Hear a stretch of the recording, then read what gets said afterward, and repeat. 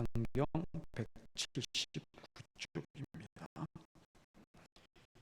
이에 군대와 천부장과 유대인의 아랫사람들이 예수를 잡아 결박하여 먼저 안나스에게로 끌고 가니, 안나스는 그 해의 대제사장인 가야바의 장인이라. 가야바는 유대인들에게 한 사람이 백성을 위하여 죽는 것이 유익하다고 권고하던 자로라. 시몬 베드로와 또 다른 제자 한 사람이 예수를 따르니, 이 제자는 대제사장과 아는 사람이라. 예수와 함께 대제사장의 집들에 들어가고 베드로는 문 밖에 서 있는지라. 대제사장을 아는 그 다른 제자가 나가서 문 지키는 여자에게 말하여 베드로를 데리고 들어오니, 문 지키는 여종이 베드로에게 말하되, 너도 이 사람의 제자 중 하나가 아니냐 하니, 그가 말하되 나는 아니라 하고, 그때가 추운 거로 종과 아랫사람들이 불을 피우고 서서 쬐니, 베드로도 함께 서서 쬐니라. 대제사장이 예수에게 그의 제자들과 그의 교훈에 대하여 물으니, 예수께서 대답하시되, 내가 드러내놓고 세상에 말하였노라. 모든 유대인들이 모이는 회당과 성전에서 항상 가르쳤고, 은밀하게는 아무것도 말하지 아니하였거늘 어찌하여 내게 묻느냐. 내가 무슨 말을 하였는지 들은 자들에게 물어보라. 그들이 내가 하던 말을 아느니라. 이 말씀을 하심에 곁에 섰던 아랫사람 하나가 손으로 예수를 쳐 이르되, 내가 대제사장에게 이같이 대답하느냐니, 예수께서 대답하시되, 내가 말을 잘못하였으면 그 잘못한 것을 증언하라. 바른 말을 하였으면 내가 어찌하여 나를 치느냐 하시더라. 안나스가 예수를 결박한 그대로 대제사장 가야바에게 보내니라. 시몬 베드로가 서서 불을 쬐더니 사람이 묻되, 너도 그 제자 중 하나가 아니냐. 베드로가 부인하여 이르되 나는 아니라 하니, 대제사장의 중 하나는 베드로에게 귀를 잘린 사람의 친척이라. 이르되 내가 그 사람과 함께 동산에 있는 것을 내가 보지 아니하였느냐. 이에 베드로가 또 부인하니 곧 닭이 울더라. 아멘.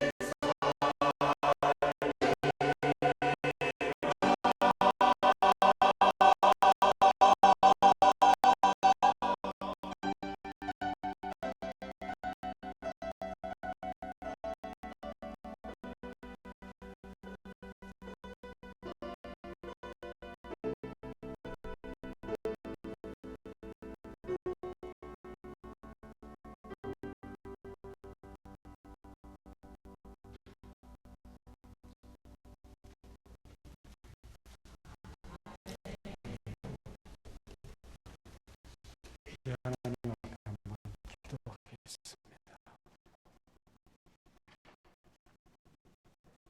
이 시간 우리가 주어진 말씀을 가지고 함께 묵상해 가기를 원합니다.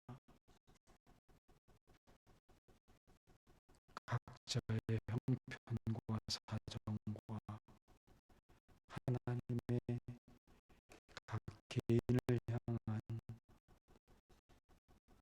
뜻이 다르시오니 하나님께서 원하시는 방법과 내용으로 우리 모두에게 도전이 되게 하시고 마음속에 새겨질 수 있는 시간 되어지도록 인도해 주시옵소서. 예수님의 이름으로 기도드렸습니다. 아멘.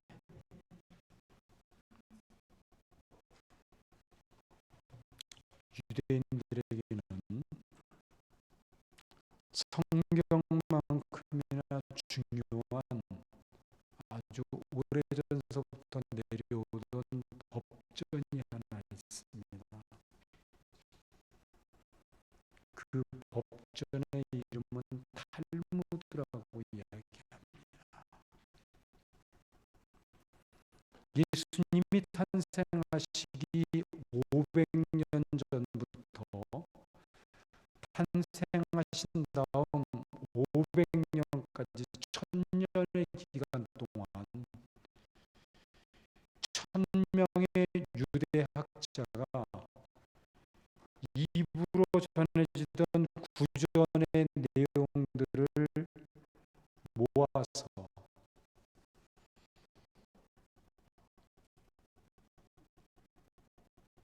하나의 법전으로 완성했던 책입니다. 예수님 당시의 탈무드는 아직 완성되어졌던 것은 아니지만 그럼에도 불구하고 당시로서는 세계에서 가장 뛰어난 법전이었고 인권을 존중히 여기는 긍휼의 정신이 그 밑바닥에 흐르고 있었습니다. 이 법전에 따르면 재판을 열 때는 반드시 해가 뜨고 나서 열어야 되고 해가 지면 재판을 지속하는 것은 금지되어져 있었습니다. 더군다나 어두운 밤의 재판은 공정할 수 없다는 것이 유대인들의 생각이었기 때문에 상상조차 할 수 없는 일이었습니다. 그러나 한밤중에 잡히신 예수님은 그 즉시로 대제사장이었던 안나스에게로 끌려갔고 안나스는 바로 예수님을 신문하는 장면을 요한은 본문 19절부터 기록하고 있습니다. 이 사실에 대해서 마태는 자신이 쓴 복음서 26장 57절부터 그 내용을 기록하고 있는데 이때 이들은 예수님께서 잡혀 오실 것을 미리 예측하고 한밤중에 사내들인 공회원들을 소집해서 공회를 열 것을 준비하고 있었습니다.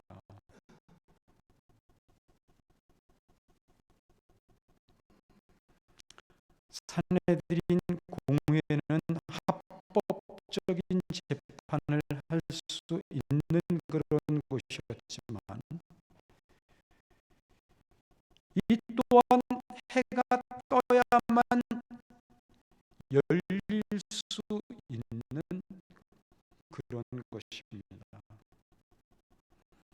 그러나 그들이 재판의 자리를 시작한 것은 동이 트기 전인 새벽녘이었었지요. 예수님을 죽이고자 하는 그들의 의지가 얼마나 강했으면 이렇게 불법을 자행하면서까지 예수님을 죽이고자 했을까 하는 것을 우리는 여기서 생각해 볼 수 있습니다. 그러나 이 말을 뒤집어 보면 이들이 예수님께서 얼마나 자신들의 기득권을 유지시켜 가는 데에 위협과 도전이 되어졌으면, 위기를 느꼈으면, 이런 불법을 저질러서라도 예수님을 죽이고자 했겠느냐는 뜻이 됩니다. 이렇게 타락한 인간의 욕심은 불법을 통해서라도, 하나님을 죽여서라도 자신들의 목적과 만족을 이루고자 할 수 있다는 사실을 우리는 여기서 생각해 보실 수 있어야 됩니다. 인간의 욕심이 하나님도 죽일 수 있어요. 그 사실을 보여주고 있는 것이 바로 본문입니다.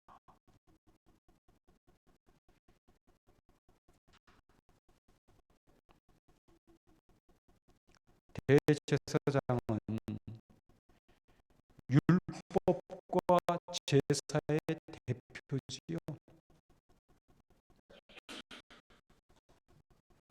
대제사장은 1년에 한 번씩 지성소에 들어가서 백성들의 죄를 대신 하나님께 용서해달라고 의식을 행하고 간구하는 사람입니다. 그러나 그동안 로마를 통해서 누려왔던 자신의 기득권이, 대제사장이 누릴 수 있는 그 기득권이 위협이 된다고 느끼자 수단과 방법을 가리지 않고 하나님을 죽이려고 드는 모습을 보여주고 있는 것입니다. 그런데 이런 인간의 욕심은 당시 종교 지도자들에게만 있었던 것은 아닙니다. 예수님을 따랐던 제자들은 어떠했을까요? 예수님이 잡히실 때 제자들은 모두 흩어져서 도망했지만, 그래서 마가 같은 경우는 그가 아무것도 입지 않고 혼이불을 덮고 있다가 도망치는 순간에 누군가가 그 혼이불을 붙잡았어요. 도망을 못 가게. 그러자 그 혼이불을 내팽개쳐버리고 거의 나체의 몸으로 도망을 갔다고 기록을 하고 있습니다. 그렇게 도망가기에 바빴어요, 제자들은.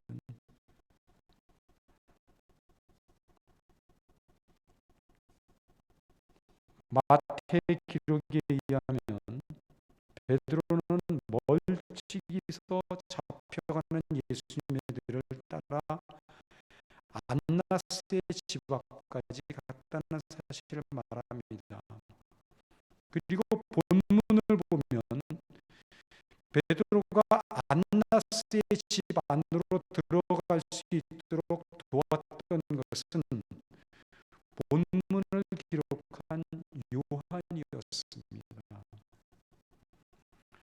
요한은 안나스와 잘 알고 지내는 사람이었고 안나스의 집 문을 지키는 여종도 그 사실을 잘 알고 있었습니다.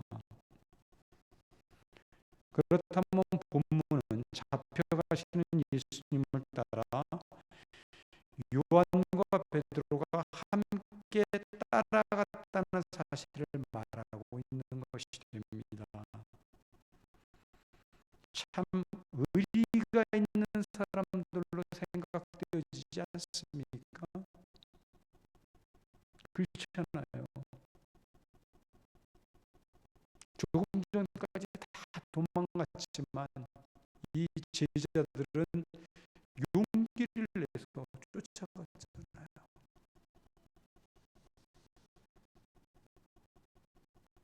의리 있죠? 그런데 아니에요. 성경이 굳이 이 두 사람에 대한 기록을 이야기하고 있는 것은 인간이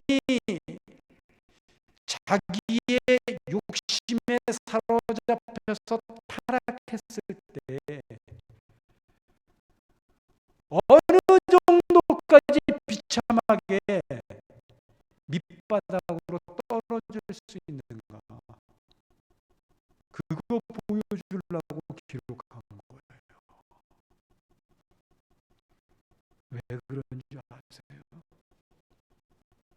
지금부터 한번 보세요.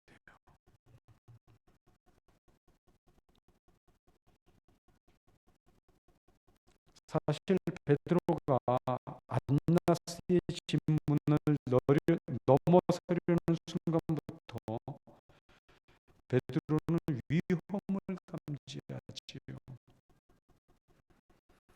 문을 지키는 종이 요한의 말을 듣고 베드로를 집 안으로 들이려고 나갔다가 베드로도 예수님의 제자 가운데 하나라는 사실을 알고 본문 17절에서 너도 이 사람의 제자 중 하나가 아니냐라고 묻기 때문입니다.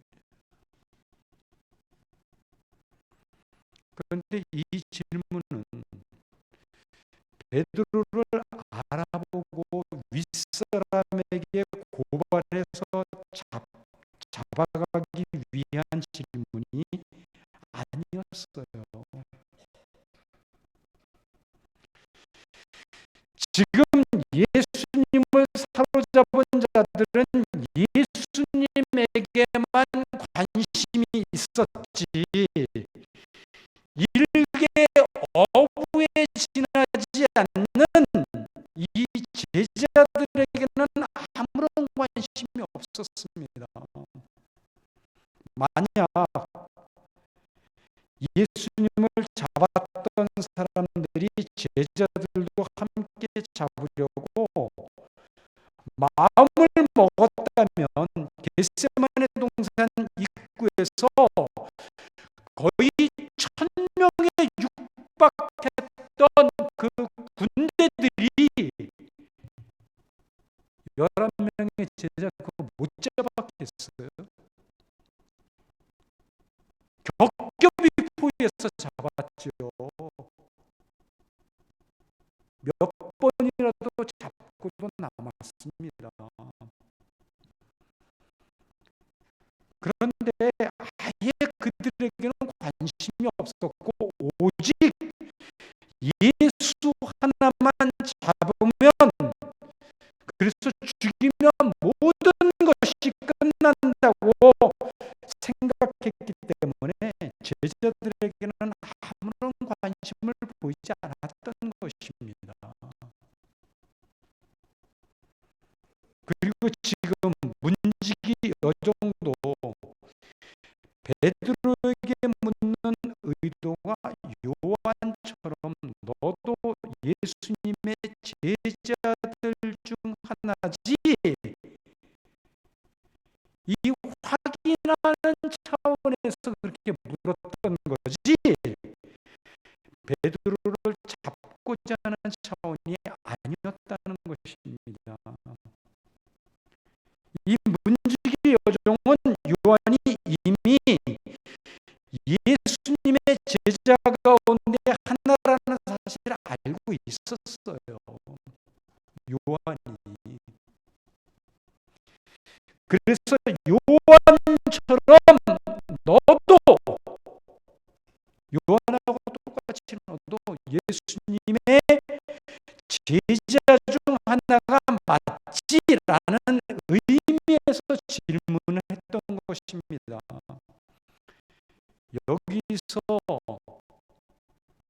너도가 중요한 단어입니다. 너도. 요한처럼 너도. 그러나 베드로는 지레 겁을 먹고 이들이 자신도 잡아 결박할 것이라는 지레짐작으로 아니라고 발뺌을 했던 것입니다. 안나스의 집안에서 계속되는 두 번의 베드로에 대한 질문도 마찬가지입니다.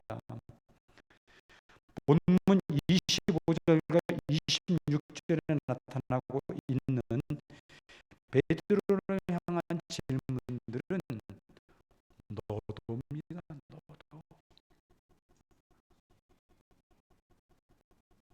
요한과 같이 너도. 예수님의 제자가 맞지? 그러나 베드로는 끝까지 아니라고 우겼고, 이 과정에서 베드로는 예수님을 저주하고 모른다고 맹세까지 했다는 사실을 마태복음 26장 74절에서 분명히 말씀하고 있습니다. 베드로가 예수님에게 행한 이러한 태도는 사실 예수님을 은 30냥에 팔아버린 가룟 유다의 행위보다 더 파렴치하고 악한 죄를 지은 것이라고 이야기할 수 있어요.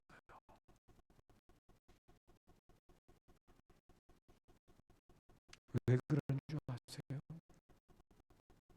가룟 유다는 비록 어느 정도 돈에 대한 욕심이 있어서 은 30에 예수님을 팔기도 했지만 그보다 더 근본적인 이유가 있어요. 가룟 유다의 출신은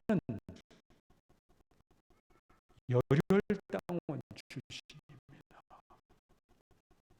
이 열혈당원들은 당시에 무력의 힘을 동원해서라도 유다를 로마로부터 독립시키고자 했던 사람들이었어요. 그래서 그 로마의 빌부터 사는 악한 사람들을, 악한 정치자들을 암살하는 일도 일삼았고, 어디서나 무력을 행사하는 일들을 서슴지 않았던 사람들입니다. 가룟 유다가 예수님을 따랐던 이유 중에 하나는 예수님께서 기대하신 메시아, 자기들이 꿈꿔왔던 옛날 그 화려한 다윗 왕국의 부활을 분명히 일으킬 것이다. 그 열쇠를 쥐고 있는 분이다라고 생각했기 때문에 예수님을 따랐던 겁니다. 그래서 언젠가는 예수님이 가지고 있는 능력과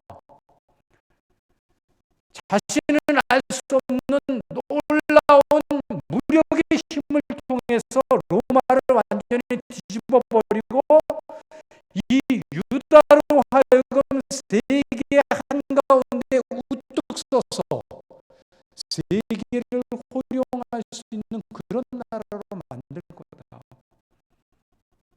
여기에 대한 기대가 있었단 말입니다. 그런데 예수님이 뭐라 그래요? 아니다. 나는 대제사장과 장로들에게 고난을 받아서 십자가에 못 박혀 죽을 거야. 그렇게 예고를 하시는 거예요.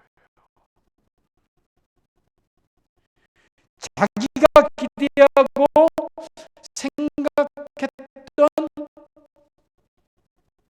예수님에 대한 기대치가 완전히 무너져 버린 겁니다. 거기에 대한 배신감으로 예수님을 팔아버린 것이 더 주된 이유예요. 돈에 대한 욕심보다. 물론 돈에 대한 욕심도 있었어요.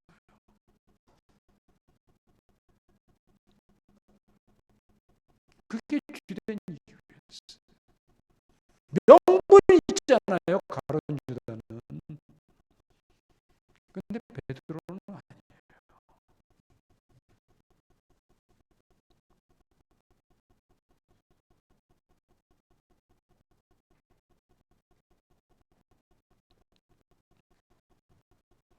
베드로는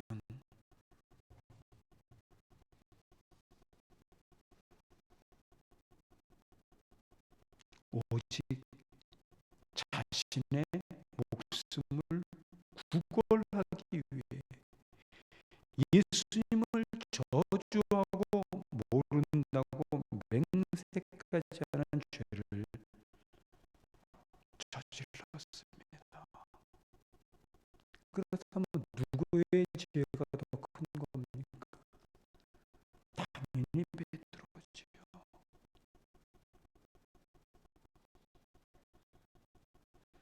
베드로의 세 번의 부인은 예수님을 버리고 도망친 다른 제자보다 오히려 심리적으로 더 큰 배신을 한 겁니다. 이거는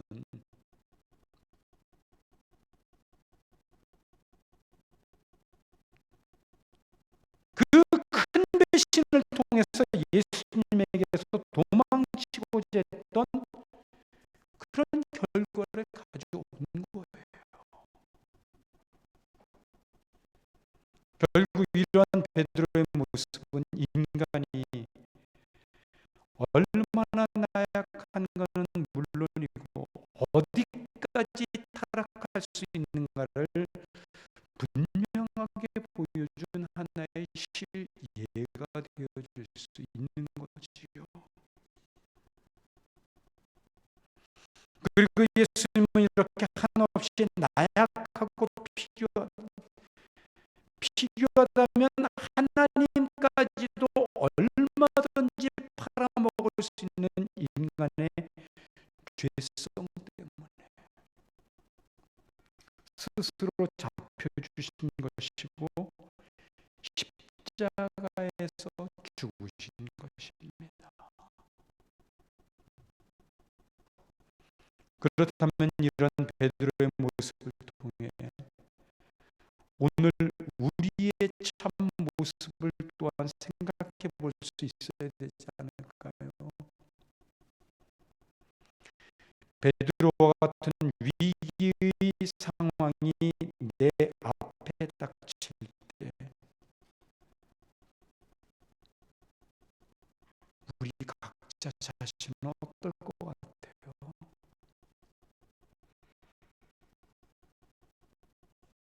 베드로처럼 안 한다고 자신하실 수 있으세요?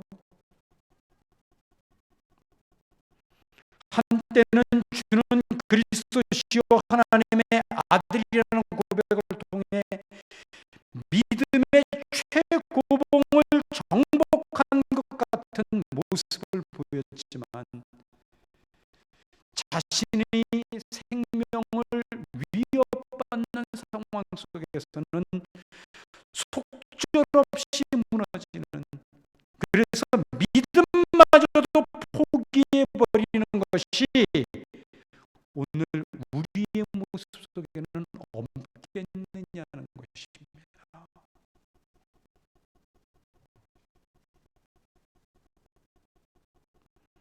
더군다나 우리는 이렇게 하나님의 은혜로 구원을 받았다는 확신을 가지고 살아가는 과정 중에서도 나의 것들이 쉽게, 내가 원하는 것들이 응답되어지지 않는다고 얼마나 자주 하나님을 원망하고 실망함으로써 하나님께 등을 돌리는 모습을 보입니까?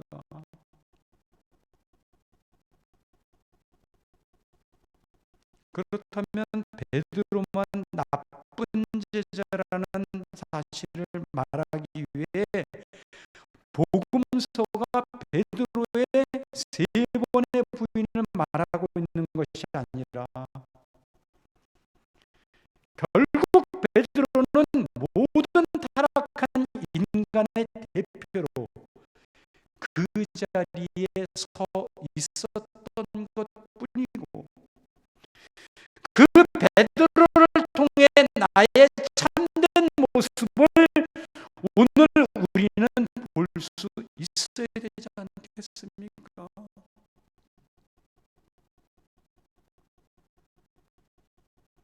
베드로의 모습이 바로 나의 모습이기 때문입니다. 우리는 여기서 우리의 믿음이 하나님과의 바른 관계 안에 세워져 있지 못하다면,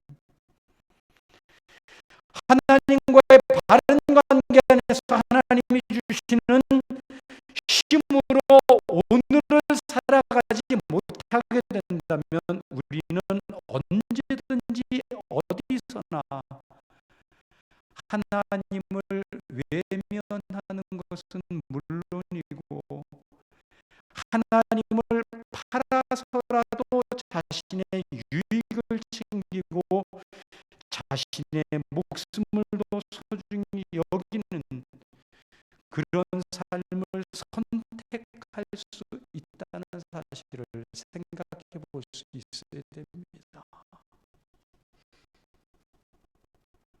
우리가 하나님 앞에서 자신의 목숨까지라도 내어놓을 수 있는 삶, 나의 모든 것을 들여서 헌신하는 삶, 바울처럼 자신이 세상에서 출세할 수 있는 모든 것들을 배설물로 여기고 오직 그리스도 안에서만 살아가려고 했던 삶, 이것은 오직 하나님과의 바른 관계가 이루어졌을 때만 가능한 것입니다.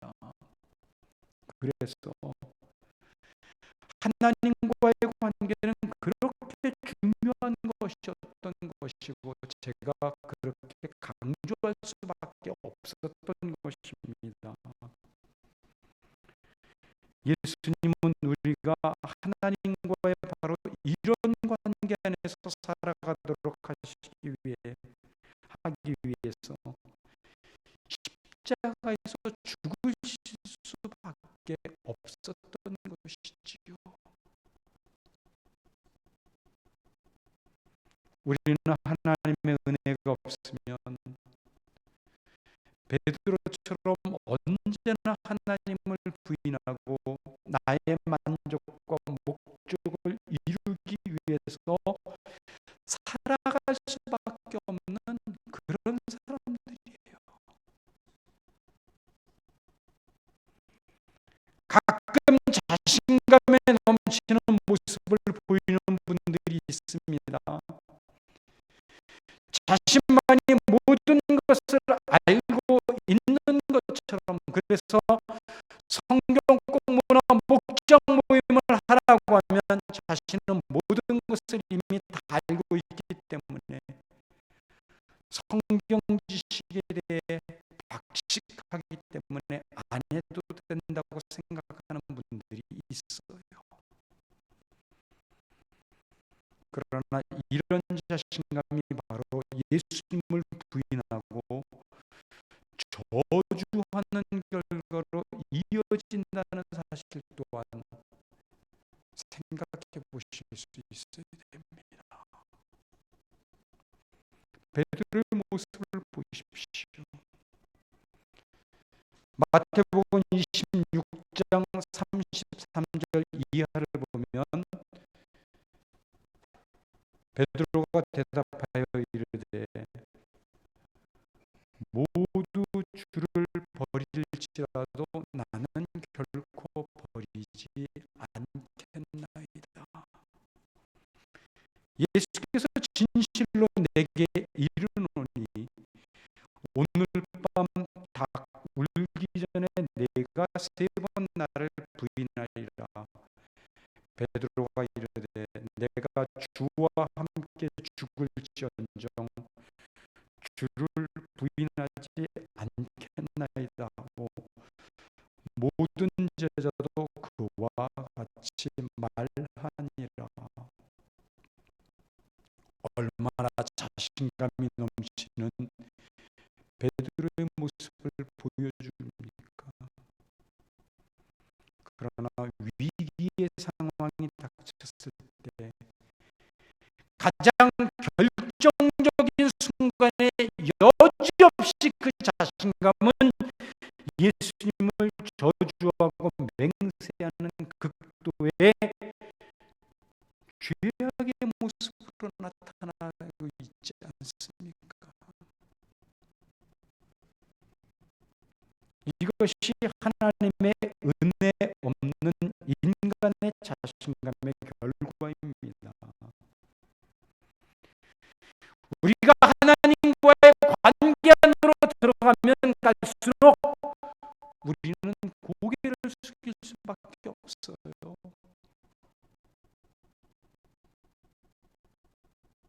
자연의 법칙 속에서 벼가 익으면 익을수록 고개를 숙인다는 것은 진리입니다. 오늘 우리가 그 자연스러운 현상 앞에 배워야 될 중요한 진리예요.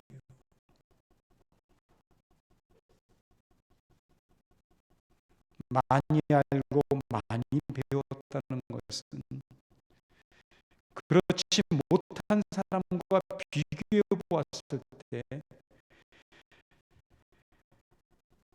더 많이 하나님 앞에 엎드리되 더 많은 도전 속에서 자신의 모습을 볼 수 있어야 되고 하나님의 도우심을 구하는 자리로 나아갈 수 있는 기회일 뿐입니다. 다른 게 아니에요. 많이 알고 많이 배웠다는 것이 나는 너보다 더 낫고 더 많이 알고 있고 그래서 나는 안 해도 돼. 이것으로 이어진다면 교만이고 예수님을 저주하는 것이고 예수님을 배반하는 것이며 예수님을 십자가에 다시 못 박는 어리석은 삶을 선택하는 것입니다. 많이 한다는 것은 그만큼 하나님 앞에 더 자주 더 많이 나를 엎드리게 하는 모습으로 나타나야 되는 것이지요. 그렇지 못한 사람들이 알지 못하고 깨닫지 못하는 것들을 많이 하는 사람들은 자기를 향한 하나님의 음성으로 알고 깨달아서 자기 자신을 하나님 앞에 더 많이 자주 내려놓을 수 있는 모습으로 나타나야 되는 겁니다.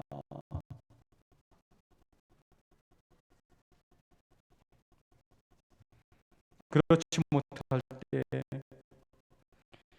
예수님을 부인하고 예수님을 배반하는 삶으로 연결되어질 수밖에 없고 예수님을 다시 십자가에 못 박는 모습으로 나타날 수밖에 없어요. 우리는 본문을 통해 그런 우리의 모습을 볼 수 있어야 됩니다. 제가 예전에 대학에 다닐 때 그런 모습이 있었어요. 정말 부끄러운 모습이지만 군에 가기 전에 지방신학교에서 신학을 한 1년 정도 과정을 했고 마치고 난 뒤에 군 제대 후에 다시 그 신학교를 입학하지 않고 공부해서 총신대학에 입학을 했어요. 근데 그 당시에 입학한 다른 또래의 우리 동기생들보다 당연히 성경에 대한 지식을 많이 가지고 있었죠. 신학을 1년 동안 먼저 했으니까 성경에 대한 상당한 식견도 있었고 수업 시간에 교수님이 성경 구절만 내면 그 구절을 다른 동기생들은 성경을 펴서 찾기도 전에 암송해서 대답을 할 정도로 그래서 동기생들이 와 할 정도로 그랬었어요 제가. 그런데 그런 태도가 결국 하나님과의 관계에서도 잘난 척하는 모습으로 이어졌고 하나님과의 관계에서 나타나야 할 친밀함을 방해하는 모습으로 나타나게 되고 나를 더 개발하고 성숙시키고 나를 향한 하나님의 뜻과 마음, 음성을 듣는데 실패하는 모습으로 나타났습니다.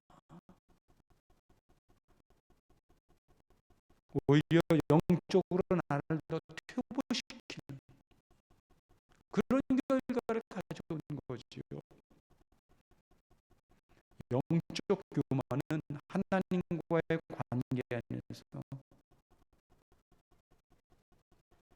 반드시 경험해 가야 할 친밀감을 방해하는 결과로 나타나게 됩니다. 그게 영적 교만의 치명적인 약점이에요. 하나님과의 관계를 망치고 그 관계 속에서 반드시 경험해 가야 할 친밀함.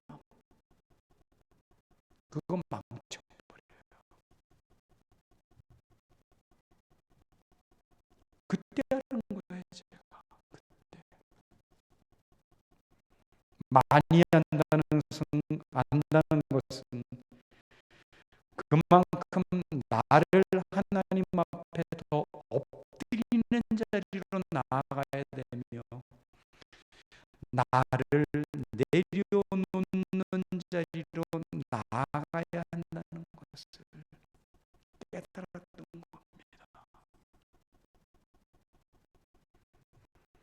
이런 모습이 나타나지 않으면 그만큼 하나님의 힘이 아닌 나의 힘, 나의 지식으로 하나님 앞에 나아갈 수밖에 없고 하나님과의 관계를 오히려 어색하게 만들 뿐만 아니라 심한 경우는 베드로처럼 하나님을 저주하고 맹세하며 예수님을 다시 십자가에 못 박는 결과만 가져오게 될 뿐입니다.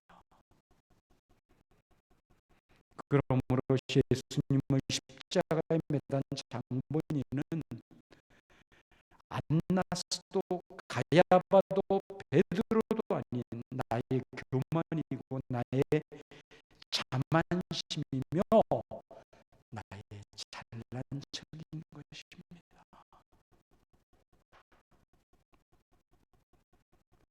우리가 지난주에 살폈던 예수님의 베드로 칭찬 사건 기억하시죠? 그리고 나서 예수님은 자신이 대제사장들과 장로들의 무리에 의하여 많은 고난을 받고 십자가에서 죽게 될 것을 빌어서 말씀하시죠. 베드로는 그렇게 하시면 안 된다고 예수님께 항변했다라고 말을 합니다. 우리 성경 번역은 항변했다.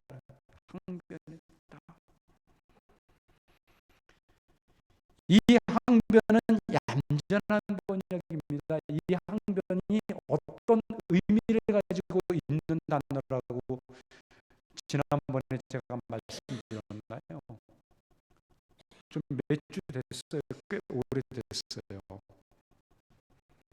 실제 의미는 꾸짖었다라는 말이 더 정확한 번역이라고 그랬죠. 꾸짖었다. 베드로가 예수님을 꾸짖었다는 거예요.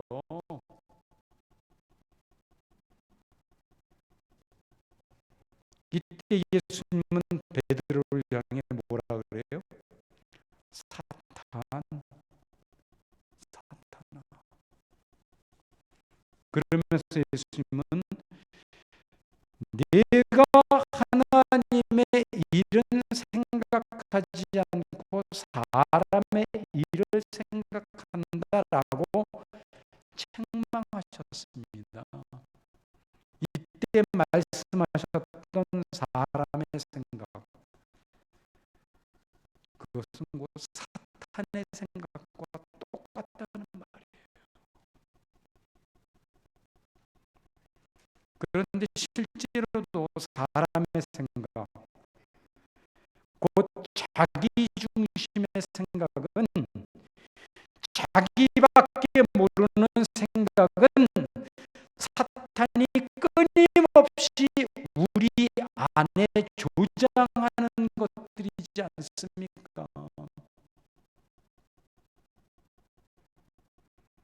아담이 타락했던 이유도 자기 자신이 하나님처럼 되고자 하는 자기 중심의 생각 때문에 타락을 하게 된 것이지요.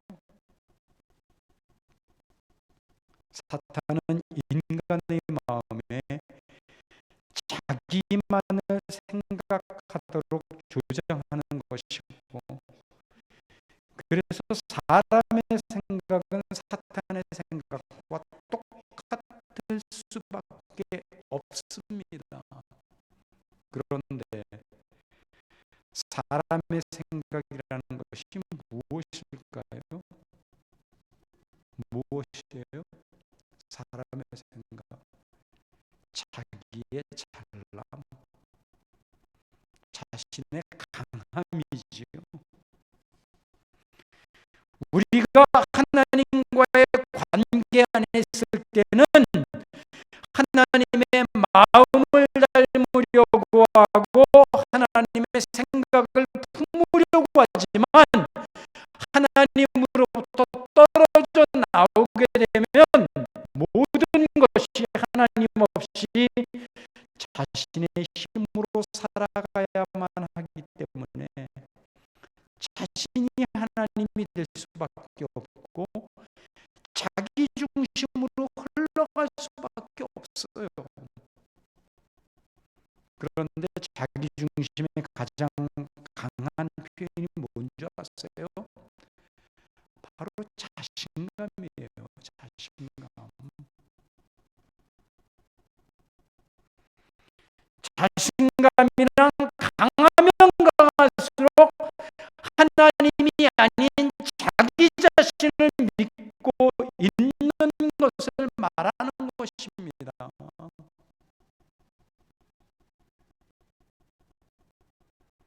하나님 없이도 얼마든지 자신이 가지고 있는 힘으로 지혜로 지식으로 살아갈 수 있다는 거지요. 그 자신감은 끊임없이 다른 사람들 앞에서 자신의 잘남과 강함을 드러내려고 합니다. 그래서 자꾸 자신에게 집착하게 되고 자신을 다른 사람이 어떻게 생각하고 판단할까에 자꾸 귀를 기울이게 만들어 버립니다. 그리고 자신의 편을 만들어 가려고 하고 자기가 대장이 되고 지도자가 되어서 그들을 통제하고 자신이 생각하고 마음 먹은 대로 움직이려 하는 모습으로 나타날 수밖에 없어요. 자기와 생각이 다르고 뜻이 다르고 자신의 말을 듣지 않으면 그 그룹에서 소외시키려 하고 끊임없이 자신의 강함을 드러내려고 합니다. 자신이 무시당하는 것을 절대로 참지 못합니다. 그것은 자기의 자신감이 무너져 버리는 것을 의미하기 때문이지요.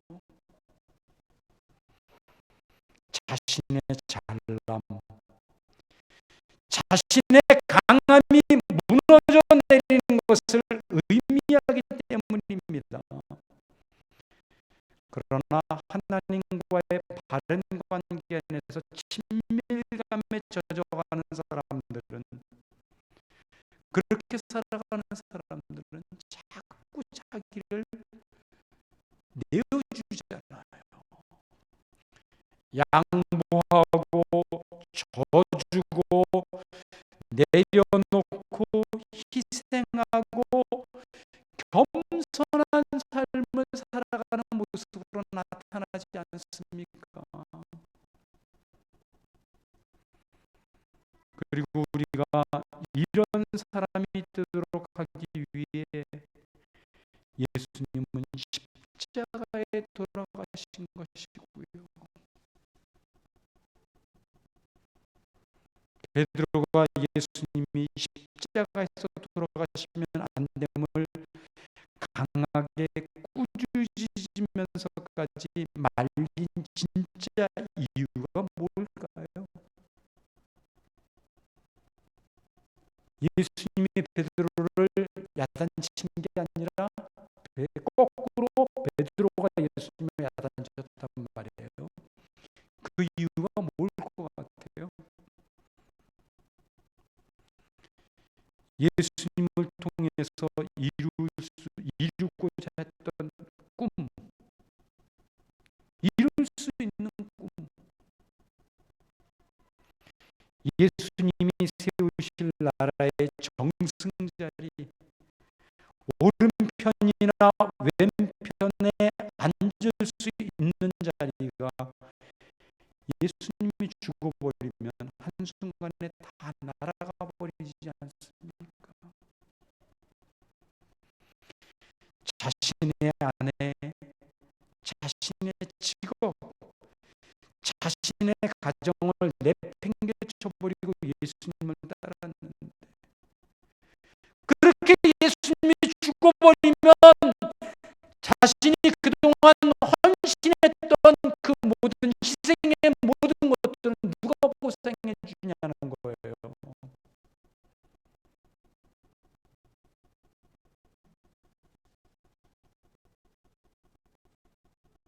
바로 이런 의미가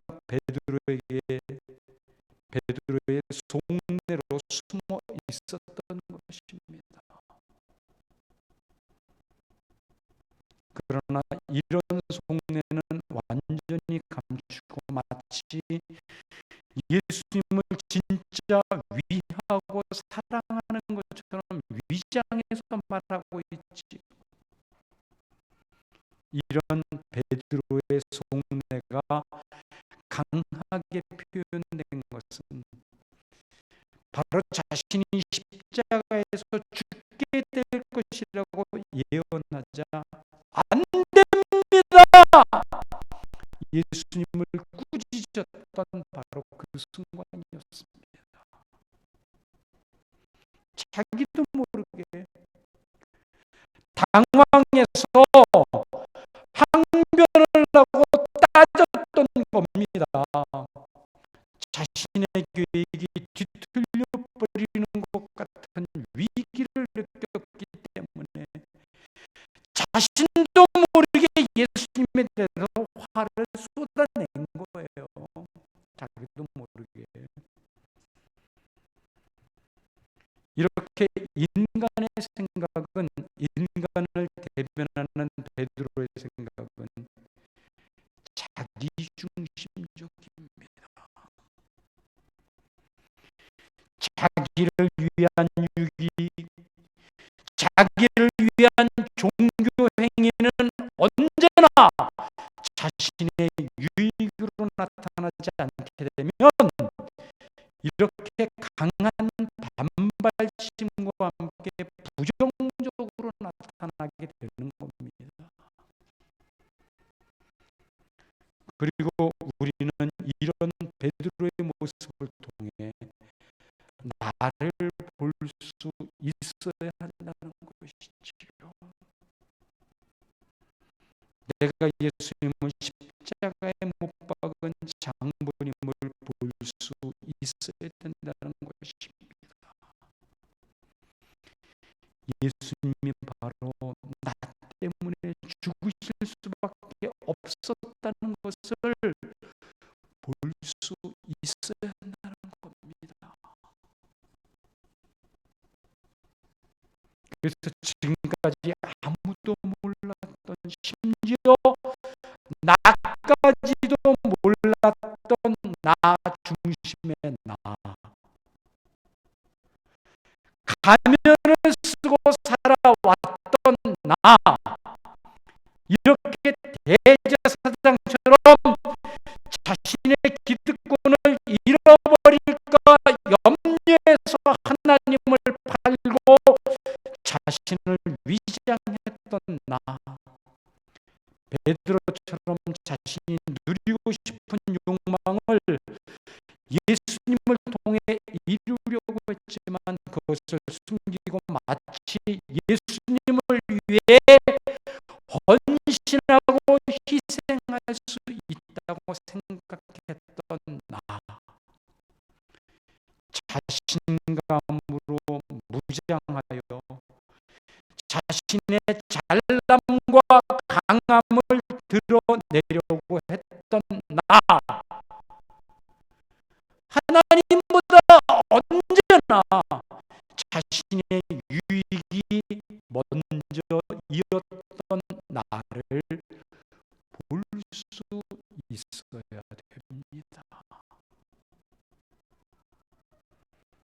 그리고 앞으로 우리의 삶에서 더 이상 예수님을 십자가에 다시 못 박는 일을, 삶을 행하지 않도록 하나님의 은혜를 구하십시오.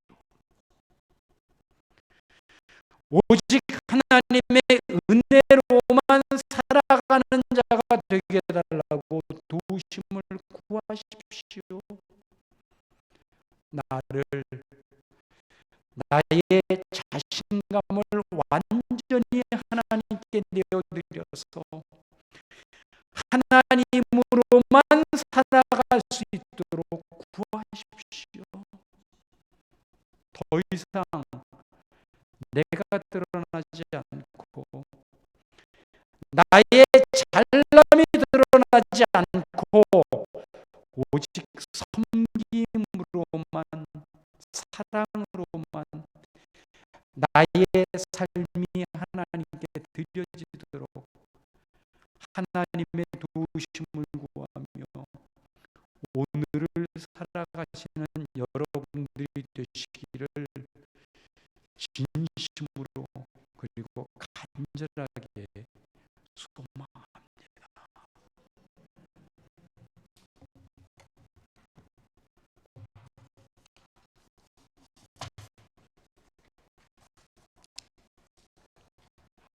제가 사랑에 대해서 자주 말하는 표현 가운데 하나가, 사랑은